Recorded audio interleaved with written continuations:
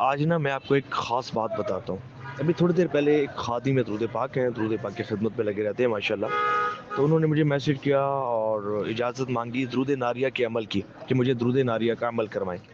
میری عادت یہ ہے کہ اگر کوئی اجازت مانگے تو میں اجازت دے دیتا ہوں، لیکن جو خاص خادمین درود پاک ہوتے ہیں نا، تو میری طرف سے یہ کوشش ہوتی ہے کہ ان کو اپنی طرف سے جو بیسٹ، سب سے بیسٹ چیز ہے نا، ان کے اعمال کروائے جائیں۔ درود ناریہ نو ڈاؤٹ بہت لیول کا درود پاک ہے اور بہت سریع اثر اور سریع تاثیر درود پاک ہے، لیکن میں نے انہیں کہا کہ نہیں، میں آپ کو درود ابراہیمی کرواؤں گا۔ کیوں؟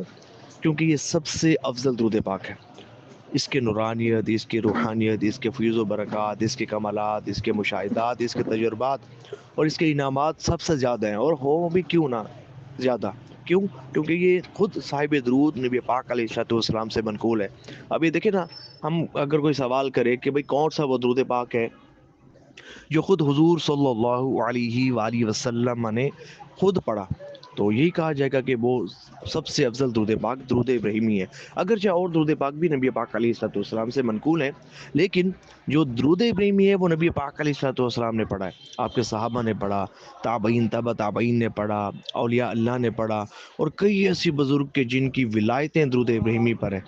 یہ تو بندہ توجہ سے پڑھے نا، جو طریقہ ہم بتاتے ہیں، آپ نے شاید وہ ویڈیو دیکھی ہوگی میرا درود پاک پڑھنے کا طریقہ، جنہوں نے اس طریقے کے مطابق پڑھا تو پھر آپ پوچھیں ان سے کہ وہ کتنا نوازے گئے۔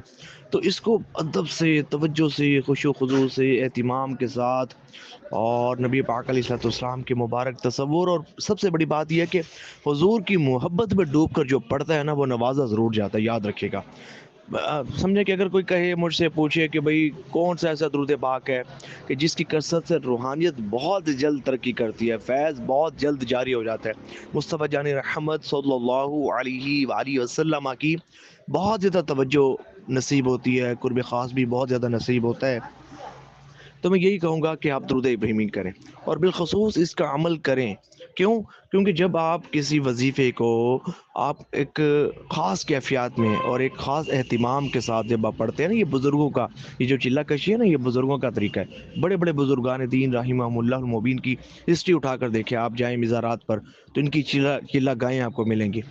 تو کیوں وہ کرتے تھے؟ کیوں؟ کیونکہ جب آپ بندہ، یہ جو ریاضت ہوتی ہے نا، اس کا مطلب یہ ہوتا ہے کہ خود کو عبادت کے لیے وقف کر لینا۔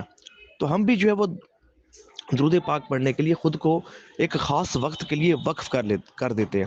دیکھیں مصروفیت کا دور ہے، نہیں ٹائم ملتا بندے کو نا عبادات کے لیے۔ تو اس طرح یہ ہے کہ جب یہ ریاستیں کروائی جاتی ہیں، جب یہ اعمال کروائے جاتے ہیں نا، تو ایک ہر بندہ بھی یہ سوچتا ہے کہ بھئی میں نے اب یہ کرنا ہے انشاءاللہ، کیونکہ اب جیسے رمضان المبارک تشریف لا رہا ہے، تو اس میں آپ سب کو پتہ ہے کہ ہم درود ابراہیمی کرواتے ہیں۔ تو اب یہ ہے کہ رمضان المبارک تو گزر جائے گا، لیکن وہ خوش نصیب ہوں گے کہ جو یہ ذہن بنائیں گے کہ بس میں نے یہ عمل کرنا ہے انشاءاللہ، تو پھر یہ ہے کہ کچھ گھنٹے ان کے درود ابراہیمی پڑھنے میں گزریں گے، اور سب سے افضل درود پاک پڑھنے میں گزریں گے۔ پھر روزہ رکھ کر جب آپ کوئی عمل کرتے ہیں، کوئی وظیفہ پڑھتے ہیں، تو پھر اس کی روحانیت، اس کی تاثیر، اس کی برکات پھر بہت زیادہ ملتی ہیں۔